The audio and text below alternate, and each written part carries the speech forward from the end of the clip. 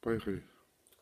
Мне кажется, что фестивальное движение вообще для культуры, для искусства, для развития искусства и в том числе для сценического искусства, для театра очень важная история. И хорошо, что в нашей стране последние годы, последние лет 15-10 этих фестивалей достаточно много. Мне кажется, что самое главное в фестивале это не конкурс как таковой, потому что само соревнование, сам конкурс, он, конечно, дает какой-то тонус, заставляет как-то людей собираться, заставляет стремиться к достижению, задает какую-то планку, но тем не менее это в большей степени такой игровой азартный момент. Для меня все-таки фестиваль в первую очередь это именно смотр спектаклей, именно профессиональное и зрительское общение. Вот эта интеграция, которая происходит, мне кажется, самое важное, что дает фестиваль, потому что учитывая особенно наши масштабы страны, отдаленность различных уголков, огромные расстояния между регионами, между городами.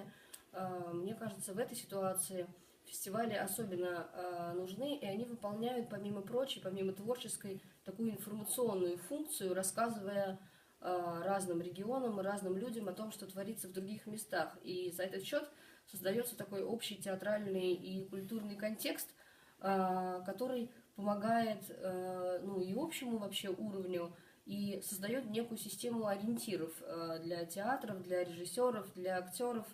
Вот это вот знание о том, что происходит в других местах, мне кажется, вообще помогает как-то сориентироваться в творчестве и в общем культурном пространстве. Мне кажется, очень важно, что театры могут посмотреть друг на друга, увидеть, чем занимаются их коллеги в других местах, а зрители получают какое-то представление о театрах разных регионов, разных народов. И вообще, мне кажется, для самого города, в котором происходит фестиваль, это тоже очень важная вещь, потому что она мотивирует людей на какую-то творческую и культурную жизнь. И очень часто в тех, вот, например, есть такой в России фестиваль малых городов, который каждый год переезжает из города в город, и очень заметно в дальнейшие годы, очень заметны последствия этих фестивалей. Видно, как местные творческие силы воспринимают этот фестиваль как такой вот глоток свежего воздуха, как такой источник энергии, который позволяет как-то преодолеть какое-то ощущение своей отдаленности, ощущение своих микромасштабов. Мне кажется, вообще фестивали, вот эта вот система фестивалей, которая существует, она очень способствует той самой децентрализации, которая очевидна, если мы посмотрим, например, на Европу, на какую-нибудь Францию, то увидим, что нет такой ситуации, что, например, там главные театры и главные достижения театральные сосредоточены в Париже. В Европе таким образом все устроено, что центры интересного искусства могут находиться в самой отдаленной и в самой хоть маленькой провинциальной локации. И это очень важная история, потому что она охватывает всю страну, и вот это ощущение конкуренции и ощущение разнообразия присутствует.